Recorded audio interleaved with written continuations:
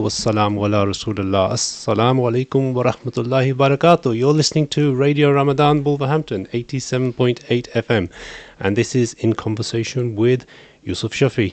Alhamdulillah, another year, another Ramadan. We are back. We are here to entertain, inspire, and educate. Radio Ramadan Wolverhampton. Inshallah, we've got a packed program for you today. We're going to try to inform you about our brother and sister who have turned up on the Palestinian Solidarity Campaign. So our focus today is what's going on with our campaign to support our brothers and sisters in the Gaza especially, and in Palestine generally. And inshallah we will inform you too with some of the events that are happening, some of the local activism that's going on. My name is Yusuf Shafi. You're listening to In Conversation With, and let's give you our telephone number in case you want to join in the debate. It is 01902 7972 150, and you can also WhatsApp us or text on 07440 420 432. Right, Assalamu alaikum. First of all, let me welcome Brother Zahid. How are you, sir? Assalamu alaikum. I am very well, thank you very much. Very good. First of all, Brother Zahid, you've been active in Wolverhampton for a number of years with your activism. Yes. And before we get into the details of it, I do want to go through some of the aspects of what's going on with the events in Palestine. Okay, yeah. So obviously there's been a recent increase in activity since October the 7th, but we've been involved in Palestine Solidarity Campaign for several years in campaigning around issues of Palestine because, as we describe it, things didn't start on October the 7th. Things have been going on for a long time, and in particular, whenever we talk about the issue, we focus on two key dates, 1917 and 1948. So as we develop the discussion, we can go into the timeline of what has been happening in Palestine since those dates. So listeners, we're joined by Brother Zahid Ali, and we're also joined by Sister Kayanat. Wa alaikum assalam. And how are you, sister? Are you well? I'm good, alhamdulillah. How are you? All well, thank you, all well. You managed to get here just in the nick of time. Yeah. Just in the nick of time, which is excellent, because it means that we can welcome you. Now, before we do anything else, I do want to just, because I'm sure some of our listeners out here are wondering, your name, mashallah, Kayanat, it's a very interesting name. It is. It means the whole universe. It means universe, yeah. It's an Urdu name. It's also in the Turkish language. Yeah. Very good, very good. I was just thinking to myself, and a name like that, your parents must have big anticipations for you. Oh God. If they named you the universe. I think it was a big family decision, this name. There was a lot of conjecture over it. Thank you. So, sister, tell us, you've been involved with Palestinian Solidarity Campaign as well. Yes. And tell us about your activism. So I recently joined the Wolverhampton Palestine Solidarity Campaign branch back in October, and I actually discovered them around them when these attacks began, and so many things unfolded very quickly.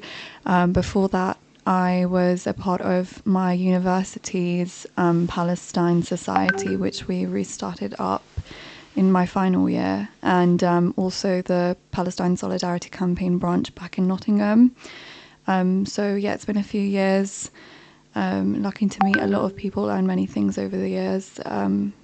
Something very important to be a part of, I think, for many people. I'm sure. And during the course of this hour, listeners, we will be, inshallah, focusing on how we can be a part of these types of campaigns, what we can learn from them, and what is local activism, and what we can do, and how we can support in ensuring that the plight of our brothers and sisters out there in Palestine and the impact that's having on their lives is the world's becoming aware of it, so that we are able to combat it, so that we will be able to address it and get some justice for those people, which is essentially what this is all about. Right, welcome back to you, Brother Zahid. So, welcome to our esteemed guests, alhamdulillah. Now, tell us a little bit about the history. Let's go back, but very briefly, because we want to focus on modern day. So just for a minute or two, let's focus on the First World War. Yes. And the British British mandate that they had? So for a long time, Palestine was part of the Ottoman Empire, and in 1917, in the midst of the First World War, Britain had designs on gaining control over parts of the Middle East as they were fighting against some of the other European powers during that time. And what they wanted to do was secure their trade routes to places like India and through the Suez Canal to the rest of their empire. As we all know, Britain had a very large empire which encompassed the Indian subcontinent at that time. And so they wanted to secure their trade routes. So that was one of the reasons Palestine was a prize that they coveted. And they also were interested in the emerging resource of oil, which had recently been discovered in the Middle East. And so those were two of the primary reasons they were interested in gaining control over that area. And they didn't actually control the area in 1917 when they issued what is known as the Balfour Declaration. Lord Balfour, the Foreign Secretary at the time, he announced in a letter that the British government had sympathy with the Zionist aspirations for the creation of a home for the Jewish people in Palestine. And that was the Balfour Declaration, and that is seen as one of the key points in the development of the eventual creation of Israel. Of course, the Balfour Declaration said that the local population shouldn't be hindered in any way. It clearly states that the Palestinian people there should be protected, and their lands shouldn't be occupied to the extent that it results in harm to them. And of course, that was totally omitted from the actions that were taking place. People were actively wiping out the first Nakba, as it was back in the 20s. That resulted in a massive amount of migration away from those locations. Yeah. So we're setting the scene for where the seeds of this issue occurred. And in essence, I think the point we should try to emphasize is that, alhamdulillah, Jews and Muslims lived together on that land for thousands of years. Yes, that is true. Hundreds, certainly. That's hundreds of years, certainly. And from that point of view, there wasn't argument. Yeah. There may well have been skirmishes between individuals, but there was no overall mass war between the two parties that led to conflict in the way that we've had in that 20th century.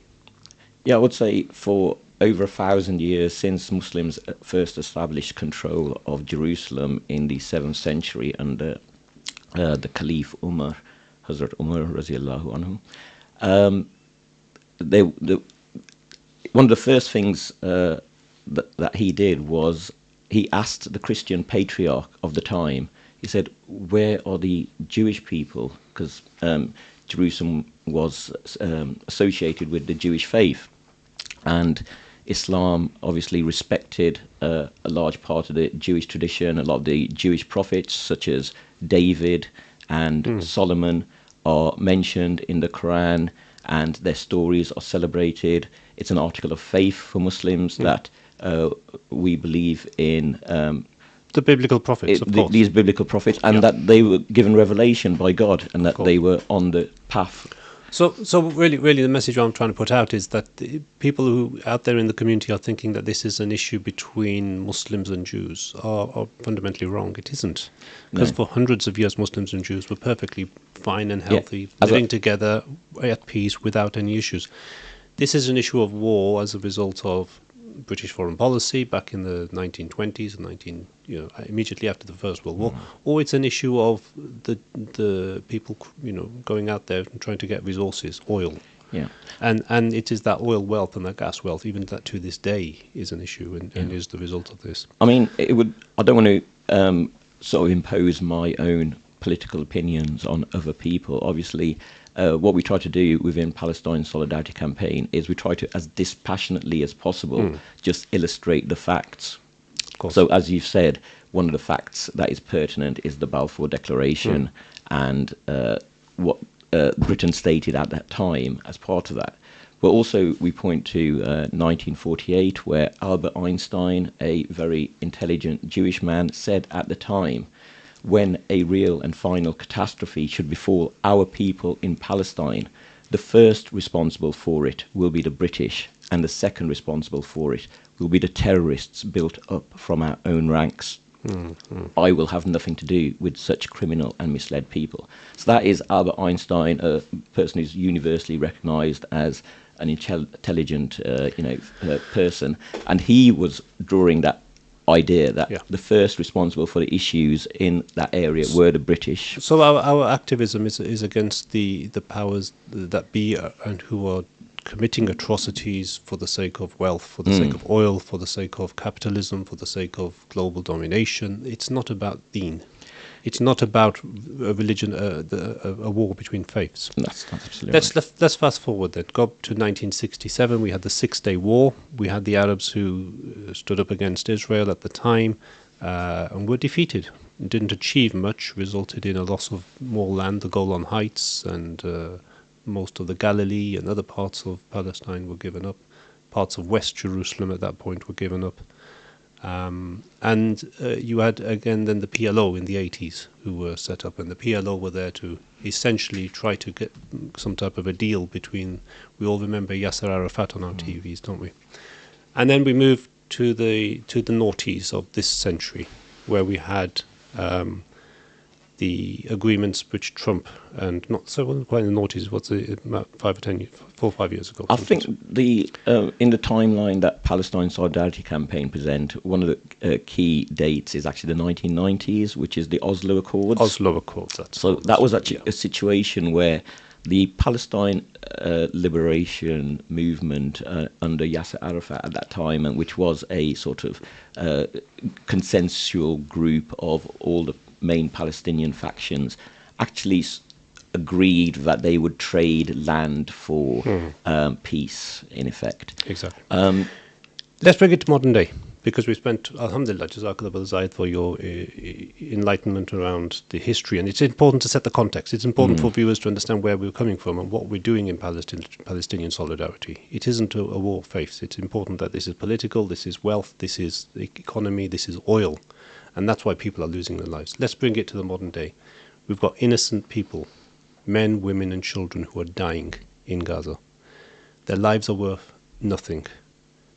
They are not a factor. What is a factor is the land. What is a factor is the occupation. What is a factor is how one country which has got nuclear weapons can basically dominate over the whole of the Middle East. Let's take us now back to Wolverhampton. From there.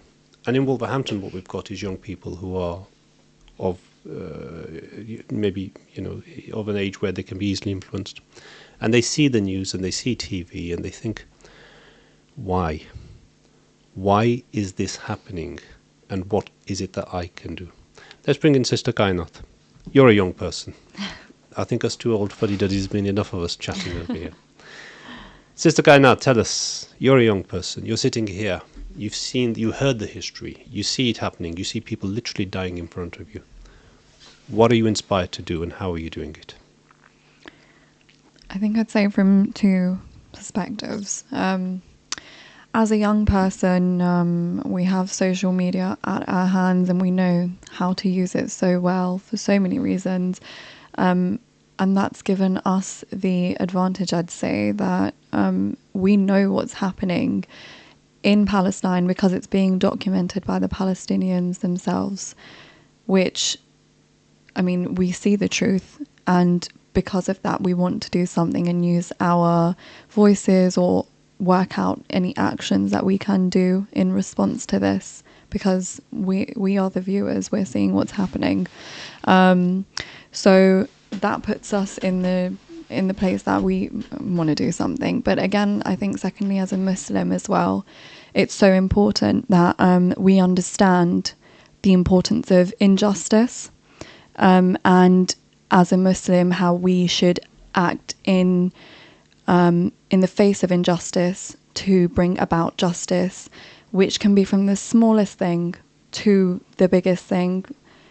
And this is what I would regard as the biggest thing, where lives are at stake, and a situation like what is happening in Palestine right now, we have similar things that we've read about in the Quran, for example, that and Allah's told us how to counter them, how to meet those things, what is right and what is wrong. As a young Muslim, you want to do something in response to it. And with PSC, especially being something that's all over the UK, there's a branch in almost every city, it's a way for the youth to get involved. So yeah. So PSC, Palestinian Solidarity Campaign, organisation Yes. of left-leaning, we should say, primarily left-leaning people, but it isn't a political organisation. It doesn't No. actually have any politics from that point of view. A group of people who are well-meaning, who regularly meet and sit together and talk and focus on the things, the atrocities going on, and how to create awareness. Beyond creating awareness, what is the activism that takes place, either of you, amongst PSC? Well, PSE brings together lots of people from different faiths and different sort of political persuasions. And some of the main campaigns that we're focused on at the moment are actually, first of all, raising awareness of Britain's complicity and also the institutions within Britain which are complicit in actually breaking international law by assisting Israel in their continued occupation of Palestine or the occupied territories. And so one of the campaigns which we've had a lot of success with recently is the campaign against Barclays. It's hashtag Don't Bank on Apartheid. And Barclays actually have 1.3 billion pounds invested in 9 companies which provide Israel with either weapons or components or military technology which is used to sustain their oppression of the Palestinian people. As well as that 1.3 billion pounds of direct investment, they also provide 3 billion pounds worth of loans and other underwriting to those 9 companies which we know. So some of the companies involved are companies like Raytheon, which provides bunker buster bombs to Israel. There's Elbit Systems, which is Israel's largest private military contractor. It supplies 85% of Israel's military drones. And these drones aren't the sort of things you might see hobbyists use in this country, small little toys. These are almost full-size aeroplanes with 15-meter wingspans. They can carry a payload capacity, i.e. bombs or missiles, weighing 500 kilograms. So Palestinian Solidarity are really trying to say these organisations, these businesses need to be stopped, they need to be sanctioned against, we need to focus on making sure that the public are aware of them, and thereby what we're doing is disrupting the warfare that Israel is committing. What Palestine Solidarity Campaign are saying is, as part of Barclays' global human rights policy document, they say they will not tolerate or fund companies involved in human rights abuses. And it has been documented by third-party independent organisations such as Amnesty International and Human Rights Watch that the companies Barclays invests in are doing exactly that. They are funding. Let's not just focus on Barclays, and of course that's an important part of the debate, but let's just focus generally more on Palestinian solidarity. So the divestment campaign is going on. What is the activism with regards to creating awareness and understanding? Maybe Sister Kainat, you can jump into that. Yeah, so I'll speak about it from the work that I've been doing with our local branch. With the activism and awareness, I control our social media pages, and namely that would be our Instagram and TikTok handles. And the main ways to keep everyone aware of what is happening is not only will I just update on PSC as the national branch, what our agendas are and how they change, what government rulings are in this country.